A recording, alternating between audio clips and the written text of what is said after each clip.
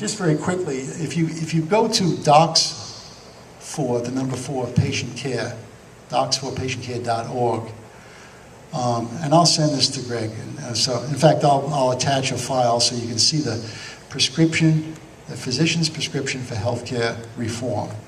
And what it basically is, it's a series of fundamental changes. If insurance, medical insurance could be sold across state lines and reformed, remember, when you buy your car insurance, do you go down to your Sunoco station and say, I have insurance, change my oil, rotate my tires, fix my windshield, wash my car? Heck no. You buy insurance in case someone steals your car and someone crashes into your car and costs $8,000 to $10,000 of damage or totals your car. That's what insurance, that's fire insurance in your home. That's what health insurance has completely been perverted over the years by the government and by the mandates in every state. So it's a completely broken product. I mean, people are so disconnected from the cost of health care. And part of our reform program is people could have health savings accounts. They can have tax deductions for that. And the tax treatment of insurance and HSAs across the entire board, not just for big business, but for small business, for individuals, was equal. You would get 25 million people back on insurance tomorrow. One of the reasons why that fluid number of 45, 50 million is going up and down, up and down, up and down, is because people get jobs and they get insurance. Or they come into some money and they buy insurance. But the tax treatment is perverse. It does not work. It keeps people off insurance. So you could fix that just with tax treatment. But if you could do HSAs, tax deductible HSAs, and then the real insurance is the catastrophic.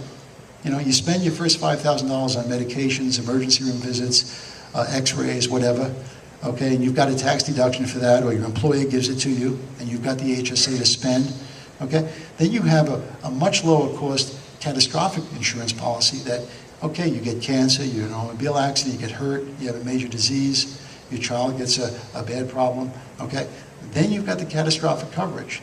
That would lower the cost, and if you did all of that across state lines, now you've got, what's that thing that Obama loves so much? Competition. You'd have real competition in healthcare cost. And with that, suddenly, instead of an MRI having 80 price tags for Medicaid, Medicare, Blue Cross Blue Shield, Aetna, the patient without insurance, who knows what an MRI costs? I mean, I have to do some research to find out what my anesthetic costs a patient, based on their carrier, their age, you know, it's ridiculous. If there was price transparency and competition could work within the healthcare market, it's a very, very, very viable concept. It is completely destroyed by Obamacare. Okay, tort reform is part of it. I'm not here to scream about malpractice insurance. You know, it's important that patients have recompense when they're injured. It's very important. I believe in that greatly. I do medical legal work. I help patients who have been injured. Okay, but the game that's played now probably cost America $80 billion a year in terms of behavior by physicians to protect themselves. It's a completely broken system. Every state that has had substantive tort reform has improved dramatically their supply of physicians and the cost to the physician, which lowers the cost of running a practice and drives down the cost for patients. So tort reform, like in Texas and California, of all places, excellent tort reform. Okay? In Obamacare, those states are punished because they've had tort reform. Obamacare is an unbelievable gift to the plaintiff's bar. It was, again, one of those very unfortunate and abusive parts of the law. Okay, can you go to the next slide? I think we're almost done. Okay, now you say, what about Medicare? What if 10 years from now, we transition 10 years from now, every Medicare patient has their own insurance that's paid for by the federal government based on what you've put into the system. You're entitled to that. That is an entitlement that has been around since 1965. That should never disappear. People in their senior years should have support for insurance, but it shouldn't be government-controlled insurance. You could be price conscious. You could shop for physicians. You could know what things cost. You could use a government-sponsored HSA, have the catastrophic insurance, and cost control would be dramatic. Same with Medicaid. If you took people who are poor, who are disadvantaged, and you put them into the marketplace of health care and made them aware of cost, some of their behaviors would improve.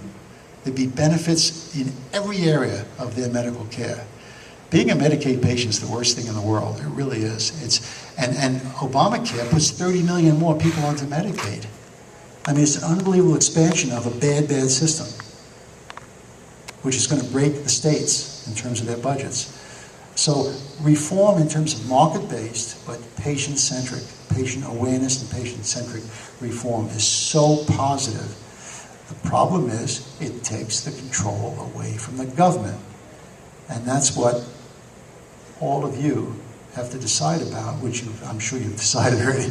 Your vote in November is going to be based on this very issue. The fact that we need the reform, and it's possible, but only possible at this point. We're really at the last step to be done in a politically favorable environment. So I'm going to stop there and take questions if you have any. Oh, okay. Yeah. In front of Mikey. Who's talking? That young lady over there. Oh.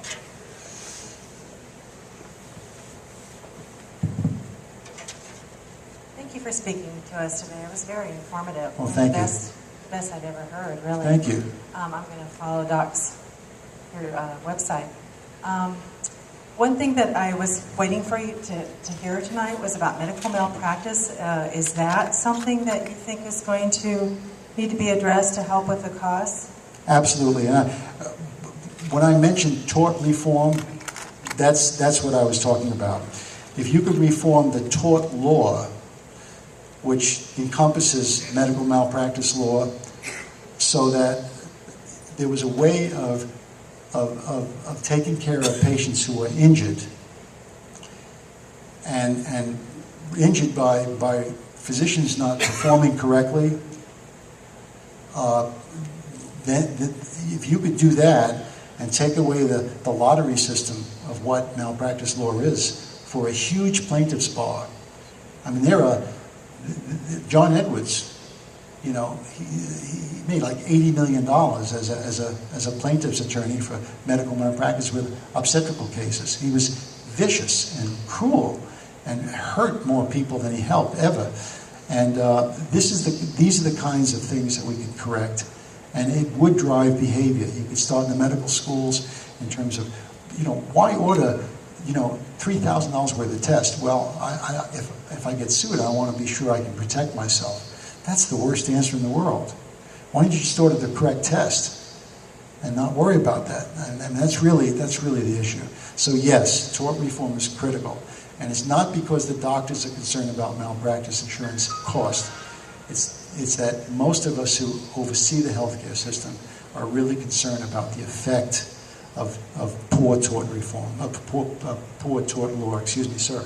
Rush reported today that probably 25 to 50% of doctors would quit practice if this went into effect. Mm-hmm. That would Yeah. stress and already stress. Well, you know, part of the questioning on the radio today was about a report that came from Doctor-Patient Medical Association. It's a small organization that is kind of built on what we've built as Docs4PatientCare. And they had a study they did in May before the Supreme Court ruling that 83% of doctors said they would consider quitting if Obamacare is actually in place after January 1st of next year. Well, and then the two individuals talking about the radio, they obviously want to say, well, come on, be realistic. You're not going to, 83% of you are going to quit. I said, that's not what the survey said. They would consider quitting. And what that's really about is fear. It's fear that the doctor-patient relationship is going to be destroyed. So Rush's comment is accurate that many of us would consider not practicing, particularly those of us close to retirement. Sure, I'll come back. I am 64 in a few weeks, and I'll be 65 the following year.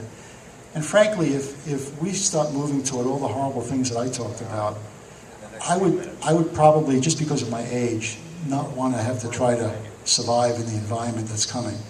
Because not only will the quality of care be almost impossible to maintain. But the morale amongst physicians, we're a pretty happy bunch. We like what we do, we love what we do, and we're blessed to do it. But if it becomes an agony to do it, and a constant fight with government officials, with police power, who can imprison us, and believe me, the Obamacare, the regulations in that law are very well written, that they don't have to prove intent for us to have an accusation of fraud. So we can go to prison just by being good doctors. So yes, there will be doctors that quit. Interestingly, 25,000 new doctors arrive on the scene in America every year. 35,000 leave. And that's the demographics. There's a lot of us are older, and medical schools haven't been built for 30 years. So there's a limited supply and there's an excess exit right now. Well, that number may go down to 20 in terms of coming in, and I guarantee it won't stay at 35. I think it's going to go to 50. So you may have a net loss from 10 up to maybe 15 to 20,000 a year. Well, in 5 years, 10 to 20% of your workforce is gone.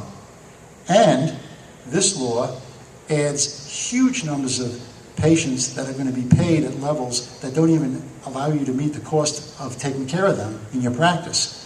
So access will be ruined. Just putting numbers on the books don't mean that they get to see the doctors.